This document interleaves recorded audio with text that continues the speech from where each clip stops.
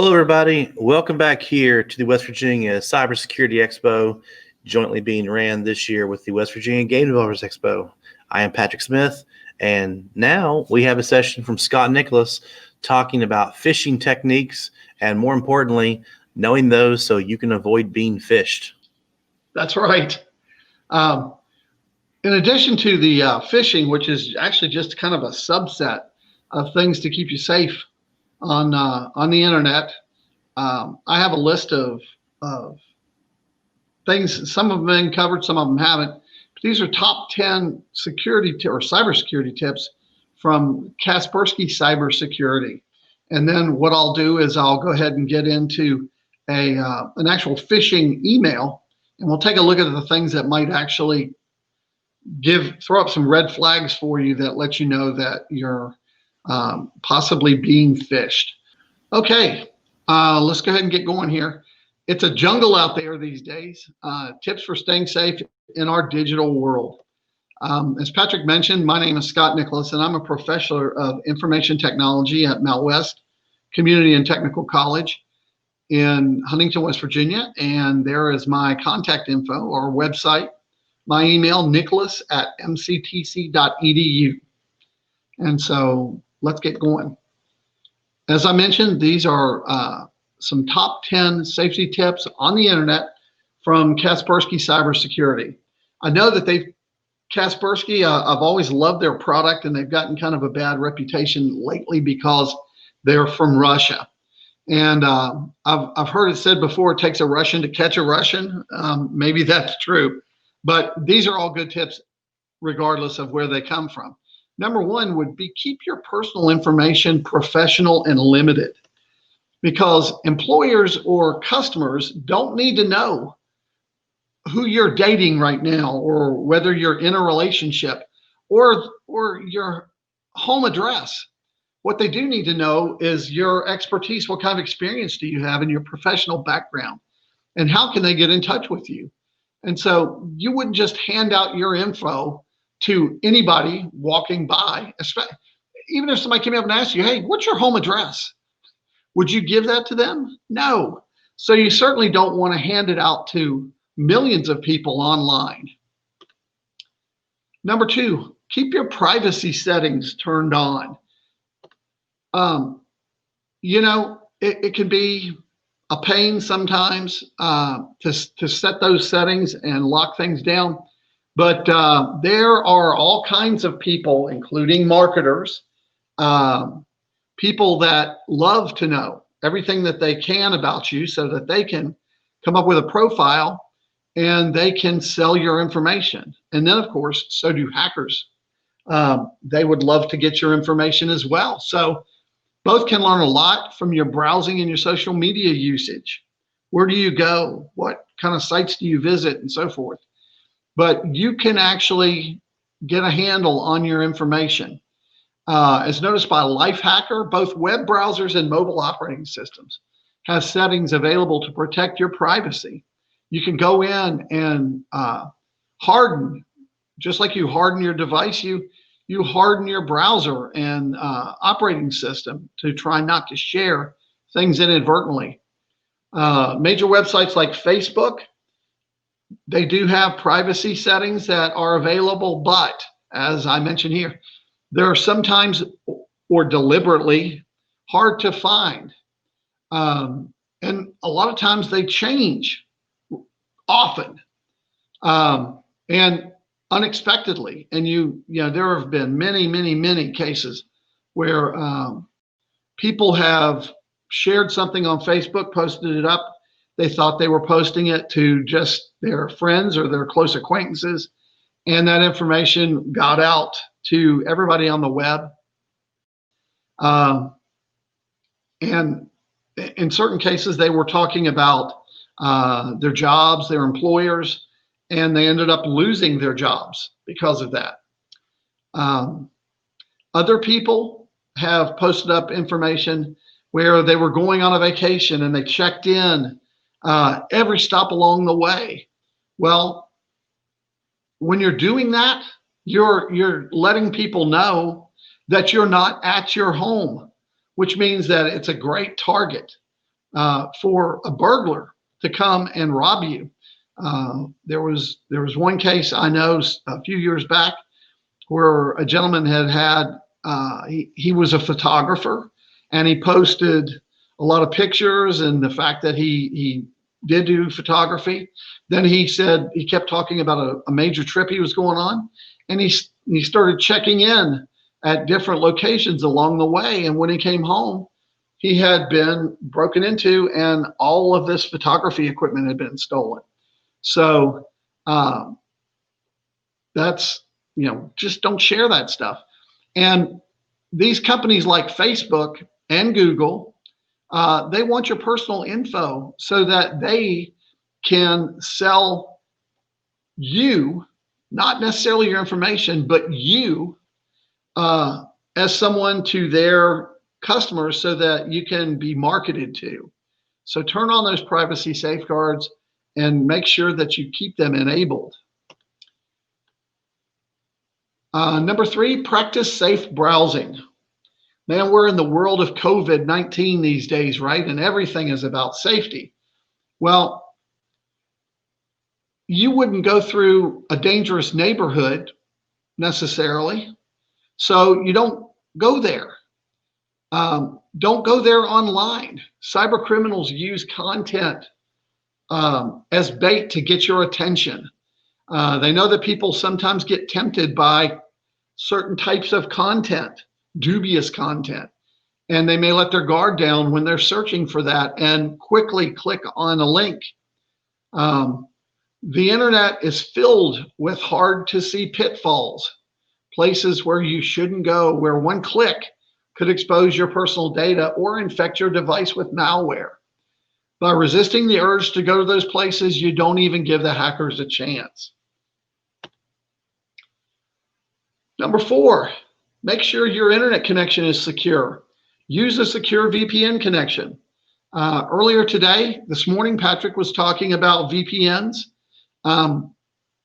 You hear this as a hot keyword a lot of times these days, and many people don't really know what they are. But when you connect in a public place, if you use public Wi-Fi, PCMag notes that you have no direct control over its security, and you don't. You have no idea what kind of security steps have been taken. And also there you do have the, or bad folks have the opportunity to set up another Wi-Fi hotspot and make it appear to be the one that's in the place where you're actually located. And they try to lure you into connecting to their device. They even have the ability to send out certain packets that kick you off of the legitimate Wi-Fi and kind of coerce your system to connect to theirs.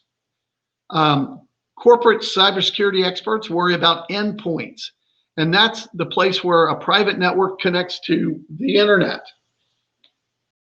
Your endpoint is your local internet connection. So you want to make sure that your device is secure, and if you're not sure, wait for a better time. Do you really need to check your email in that internet cafe, or could you wait to a later time when you can connect to a secure Wi-Fi network at home or at your office before you provide information like your bank account number? I find that people are skeptical. This can't happen to me. Nobody's really doing this. Yes, they are, and they're out there. And so I would almost say, don't connect to public Wi-Fi unless you absolutely have to. And if you do that, don't send sensitive information across that connection.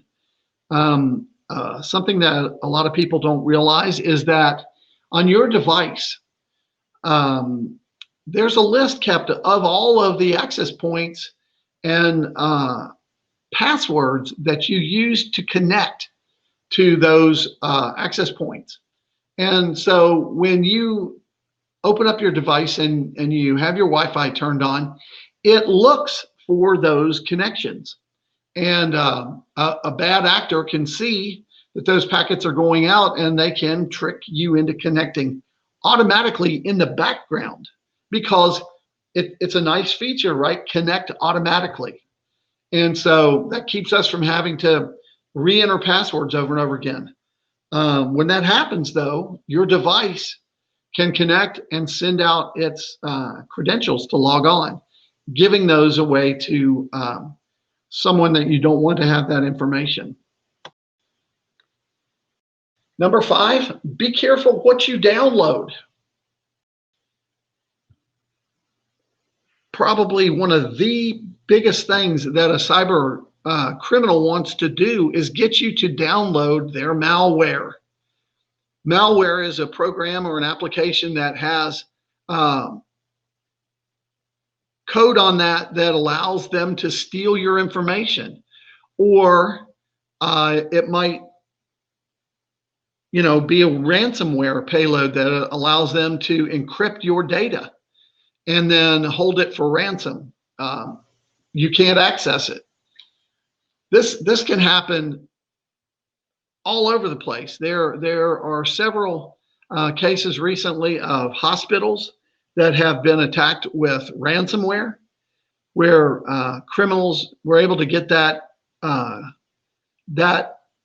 application or program onto the network, and then it encrypted all the data, and they were not able to even they have to go back to written charts and all that kind of stuff.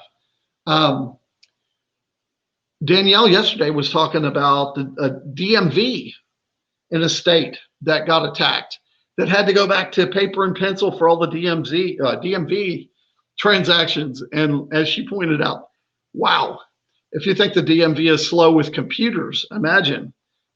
It'd be a scene from Zootopia. So malware can be disguised as an app. Anything from a popular game, that's a common one too. Hey, download this free game. Why is it free? Think about that. Why would somebody go to the trouble of writing a game and then just making it free? Or it could be something that checks traffic or the weather, something that looks useful to you. PC World says don't download apps that look suspicious or come from a site you don't trust. It seems like common sense, but many people fall for these things. Anytime you see something free, that should make you think, why are they giving that away? So also, as we've seen this a couple of times from different people, I think Trey and Danielle and Patrick, and so now me, all talked about using strong passwords. Passwords are one of the biggest weak spots in the whole internet security structure. But right now, we just can't get around that. There needs to be a way to authenticate users. And this is what we have right now. The problem with that is that people tend to choose an easy password, something that they can quickly remember, like password or 1, 2, 3, 4, 5, 6. Those are just too easy for criminals to guess. To have a strong password, how do we do that? Well, there is software out there called password managers that can help you create multiple passwords, different ones, to avoid that credential stuffing that Danielle was talking about yesterday, where you use the same password everywhere you go. This password manager type software will generate passwords for you, complex ones, and then they can keep track of them as you surf the web and let you submit them. You keep them all in one place, and you have a password for your password vault on that software. A strong password is one that's unique and complex. And this number of characters, here we're seeing 15 characters, it just keeps getting longer. used to be 6, then it went to 8, then 10, now 15. I've seen 20. The problem is once you get one long like that, and then you throw in letters, numbers, and special characters and upper and lower case, it makes it very difficult for people to remember. And as we know, that kind of leads people to start writing down their password, which is a no-no. I've seen people who left their password on a password or a Post-it note on their screen, just a common password. And then if they wanted to be really secure, they put the Post-it note on the bottom of their keyboard, like that was, someplace hard to break into or whatever. So one thing that we're also seeing that you might want to think about in this is a passphrase, where you string several words together and you include spaces, because spaces are a special character if you want to think of it that way. And so, or take the first letter of every word in a phrase or a book title or something like that. And you know it, you can remember it, you can say it in your mind. Something like A Tale of Two Cities, ATOTC. That's not a word that you're going to find in the dictionary. Throw a couple of numbers at the end of that, and you've got something that would be very, very, very difficult to try to guess. When you're shopping, make your online purchases only from secure sites. Anytime you're shopping online and you need to give your credit card information or bank account information, which is just what cyber criminals want to get their hands on, only do that to sites that provide secure encrypted connections. And the way that you know that is if you take a look at your browser and you see HTTPS:// as opposed to HTTP, or you see the little lock icon there that shows that you have a secure connection. The S in that HTTPS stands for secure. And most sites nowadays are going to that. And if you see one that doesn't have that, then do not submit your financial information across that connection because it is not encrypted. Be careful what you post online. I mentioned that already a little bit, where people have posted up information to Facebook that they thought they were just sharing with their friends or close acquaintances or whatever in their circle of friends. And they find out that Facebook changes security settings, and now, boom, everybody got to see it. There was a 19-year-old young man in New Hampshire that was a candidate in a political election. And it turned out that he had posted some questionable information up on Facebook about previous drug use and things of that nature. And his opponent found that information easily because it was out there for everybody to see. And quickly his political career went down in flames. So any comment or image that you post online may be there forever, because removing the original, like from Twitter, does not remove any copies that other people made. There's no delete key out there on the internet. And so you can't, man, I've seen so many pictures before on the web of people who were, partying in a way that you wouldn't necessarily want a potential employer to know about, or, it's just, it's so dangerous to do that. There's no way for you to take back a remark that you wish you hadn't said. And we just saw in this recent political campaign, there are people go back years and years and years to find information that they can use against you. And so don't put anything online that you wouldn't want your mom or a prospective employer to see. Think about that next time before you hit that submit key where you want to post something up. Be careful who you meet online. People that you meet online are not always who they claim to be. Oh my goodness. And even if they are who they claim to be, very often when they post up a picture on a, say, dating websites, I want to be generous in this and just say it may not be something that's extremely recent. How about that? Also, people can pull down a picture from anywhere on the web and post it up and say, you know, hey, this is me. So they may not even be real. As InfoWorld reports, fake social media profiles are a popular way for hackers to make contact and get in touch with unwary users and pick their cyber pockets. Oh man, I'm sure you've heard these stories too, but so many times someone will make contact with another person on a dating website or whatever, and they start, you know, they get along great across, you know, that dating site online, and they talk about meeting up and everything, and all of a sudden the one person says, oh, you know, I'm somewhere, you know, my car is broken down and I was coming to meet you or whatever, and I need the money to pay the mechanic or whatever. Could you just wire me the money really quick? I can get the car fixed. I can get back on the road to see you.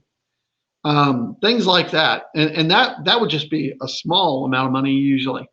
You hear about people who have been taken for everything that they had. And so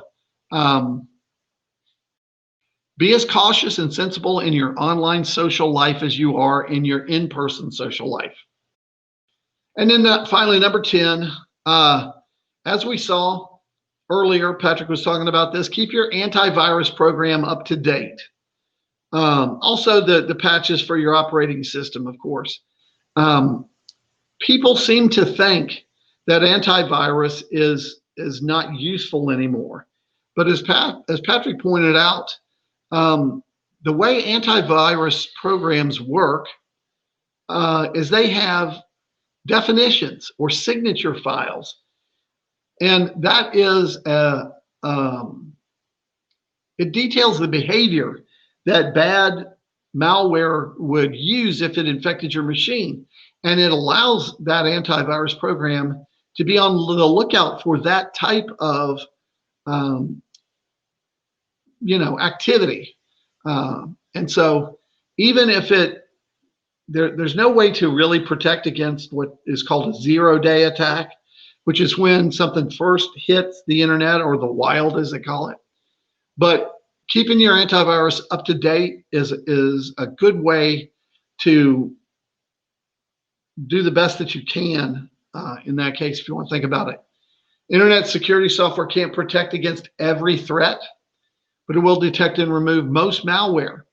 Even if it's a new virus, it may use some of the behavior of an earlier virus that might trigger your antivirus program. So keep that in mind.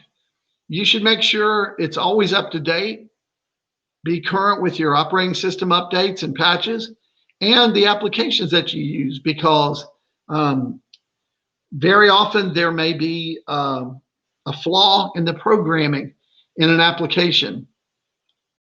And bad threat actors, bad people, cyber criminals, seems like they have nothing better to do than to figure those things out. So all those things provide a vital layer of security. Okay, and now I want to talk about phishing, and that's phishing with a PH. I have here at the top, it says social engineering red flags. Social engineering, by the way, if you've never heard that term, has nothing with building hospitals or clinics or schools for underprivileged. It's not socially engineering in that case. What it is talking you out of information that an attacker needs. And in this case, they may just call you on the phone and say, "Hey, this is Dave in IT. We're going through and we're making sure that we have current information on everybody's password. We've got your username down as such and such. Could you just verify your password to me?" And they're asking you for you to give them your password. Well, I'll tell you right now that they don't have your password and they don't need you to tell it to them. They can reset your password for you, but they are not going to have that password there. And so the biggest way to help in preventing social engineering type attacks is training on the techniques that they use, and that's what we're doing right here. And so I want to just pull up an email here that we're going to take a look at. You see it says it's from your CEO at yourorganization.com to you at yourorganization.com, and it's got a date and time there that it was sent, and it's got the subject, "My money got stolen. Hi, I'm on vacation in London and my money and passport were stolen out of my bag. Could you wire me $300 via Bank of America? They gave me a special link, so this goes right into my account and I can buy a ticket home." And there is a link for you to click on. And thanks so much. This really helps me out. Your CEO. And then there is, if you can see right here, an attachment on that email. So let's take a look at the things in this particular sample email that tell us that things are not quite what they may seem. Take a look at the from field in emails that you get and take a look. I don't recognize the sender's email address as someone I ordinarily communicate with. I don't get emails from the CEO of the company very often or ever. And even if I do, he never asked me for money, or she would never ask me for money. Or this email is from someone outside my organization and it's not related to my job. You know, who is this? It's somebody from some other company asking me to do something. They may say, "Hey, this is such and such form from such and such. Could you quickly give me your phone number so I can give you a call back?" Well, they want to get your cell phone number so that they can do robocalling or whatever, all kinds of things that they can do with that. The email was sent from someone inside your organization or from a customer, vendor, or partner, but it just doesn't seem right. It's out of the ordinary, out of character. Is the sender's email address from a suspicious domain? In this case, like mycoresoft-support.com. Mycoresoft, not Microsoft, but Mycoresoft.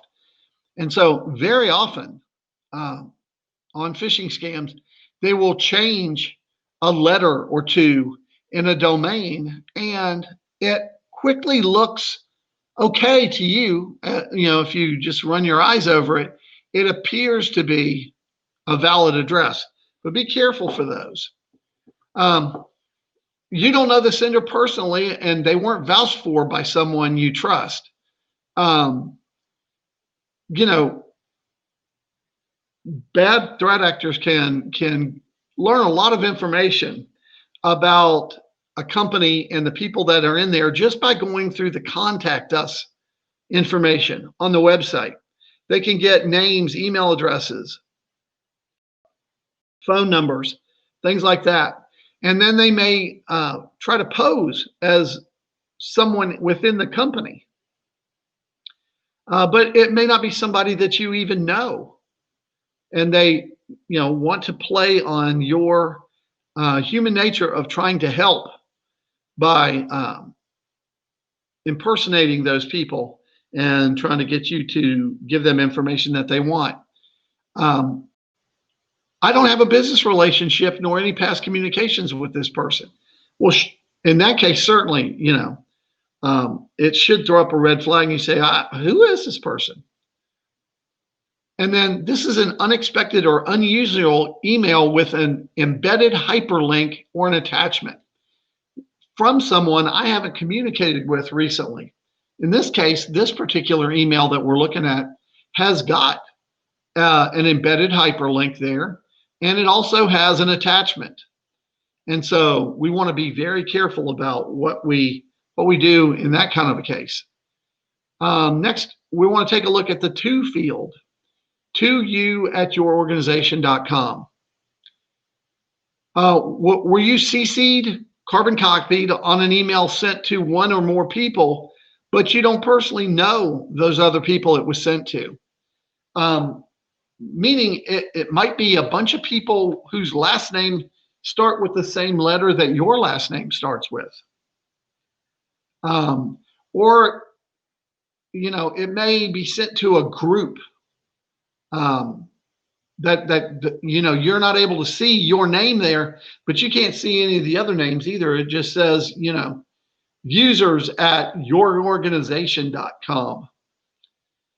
Be aware or be wary of that. Did you receive an email that was also sent to an unusual mix of people? Again, with the last name or letter, or just a whole bunch of people that have no relation in any way to each other. Hyperlinks. Oh my gosh, never click on a hyperlink. I want to say never, but there are times that it's valid, but very often, we take a look at this and it says, I hover my mouse over a hyperlink that's displayed in the email message, like you come up here and you hover over that, right? Well, you should be able to then either see at the bottom of your page, or you get a little window that pops up that tells you, where is that going to take me? Well, if you look at that, and this address that they're saying here is not what shows up as to where you're going to go if you click that. That's a huge, huge red flag. They're trying to tell you it's going to go here, but you're going to go to,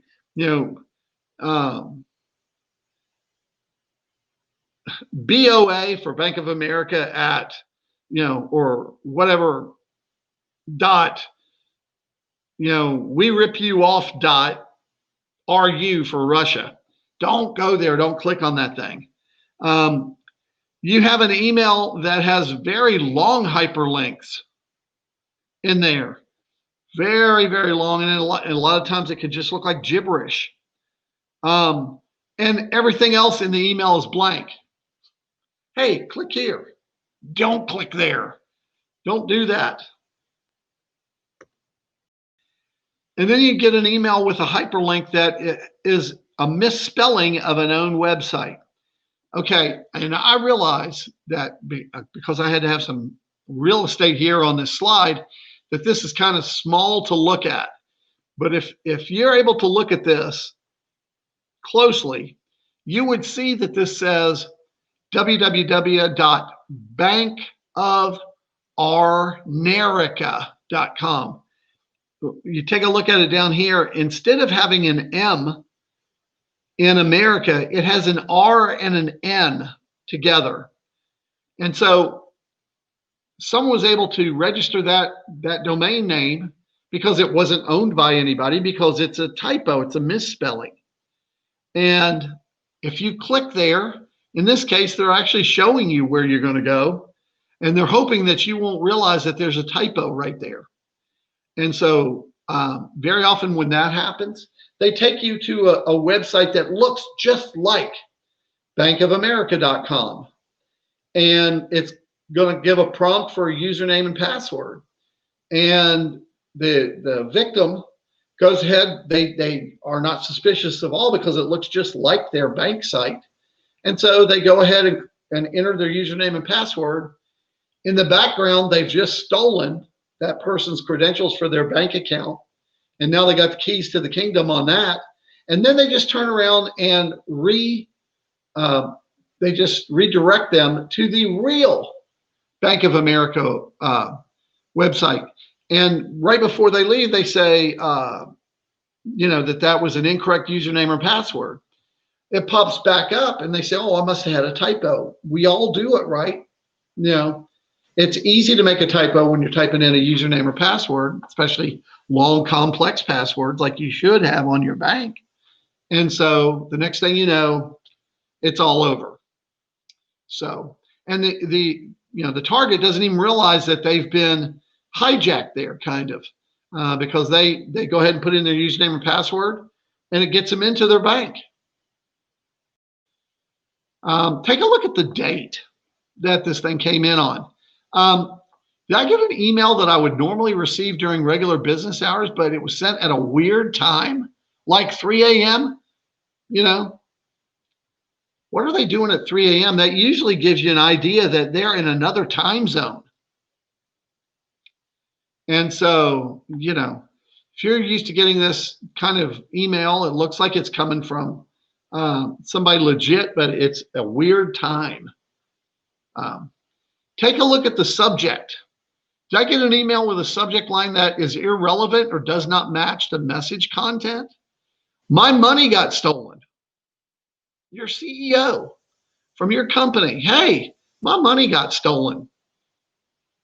Is the email message a reply to something I never sent or requested? Click here to reset your password. Don't do that. A common one that we see is a common scam, email scam that's out there is, this is the IRS, and you have failed to file your taxes. We're getting ready to prosecute, but if you go ahead and pay your back tax bill right now by clicking here, we can stop this.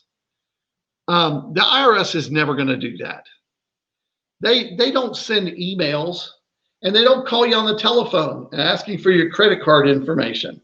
They send you very official looking legal documents, usually in the mail with that registered mail, to prove that you got it. They make you sign for it. So, but this thing here, my money got stolen. This is a common scam, and it happens a lot. And the way they do that is they generate a sense of urgency. Oh my gosh, help me. I'm your friend, or I'm your boss, or I'm your coworker, and I'm in a bad way here. Can you just quickly help me out? And you want to do it. Attachments. Attachments are the way that threat actors or bad actors use to get their software, their malware, onto your machine. And very often it needs your action to get it down. That's all they need, is for you just to click there and say, yes, go ahead and download this. The sender included an email attachment that I wasn't expecting, or that makes no sense. Why should there be an attachment on this email that we're looking at right here? My money got stolen. There's a link that says, click here, and it goes right into my account. Of course it doesn't, but still, why should there be an attachment on this particular email? That doesn't make any sense. I see an attachment with a possibly dangerous file type. Anything but a file that is a .txt or text file could potentially be dangerous for you to download. And even then, very often they will name the file something like downloadme.txt.exe. And on your machine, it may not show you the file extensions, what happens after the dot. And so what you see is downloadme.txt. You say, hey, that's a text file, but it's really not. It's an executable malware file that may run on your machine after you download it. So, and then finally, this content that we're looking at. Is the sender asking me to click on a link or open an attachment to avoid a negative consequence or gain something of value? We've all heard about the Nigerian prince, right? That just needs you to help him transfer his millions of money into the United States, and all he's asking is, $5 or $100 or $10,000 of your money, and you can keep the other $5,999,000. No, don't do that. Is the email out of the ordinary, or does it have bad grammar or spelling errors? This one actually looks pretty good. It seems to come from a native English speaker. It doesn't have typos in it. And these things run the gamut from one end to the other of the spectrum. You see very horrible grammar and spelling to very well done. And the bad actors, the cyber criminals, are getting better and better and better at making them look legit. So you want to be very careful about that. Whoops. Do I have an uncomfortable gut feeling about the sender's request to open an attachment or click a link? Trust your instincts in this case. Just don't do it. Really don't do that. And then finally, is the email asking me to look at a compromising or embarrassing picture of myself or someone I know? Again, the whole idea there is to get you to click on that. And once it's clicked, that thing gets transferred to your machine. It's not a picture.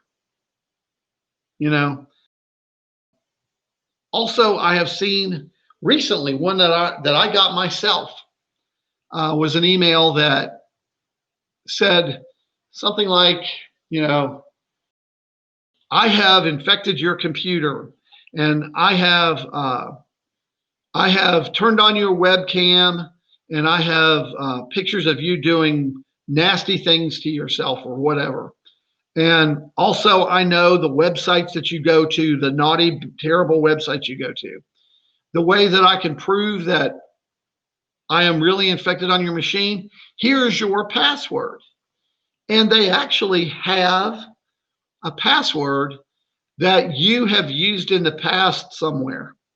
Now, that is a freaky email to get because it actually has a valid password that you've used before, but you're not using it anymore because, hey, you're practicing good password practices, right? And you're changing your password every month or whatever. And so it's one you used to use, but turns out it was one that you used to use on Yahoo, for example. Well, Yahoo got compromised, and millions of people's usernames and passwords got breached and exposed out onto the internet. And so these cyber criminals are using those breaches now to, filter through and find out information about you that include your password. So don't fall for that one either. I think I had it happen on a machine that didn't even have a webcam on it. And so there's no way that they could have gotten any kind of picture of me off of a webcam because that machine didn't even have it. So anyway, there are some red flags for emails on phishing attacks that you might want to take a look at. And that kind of does it for my presentation. If there's any questions or anything like that, I'll be glad to take them.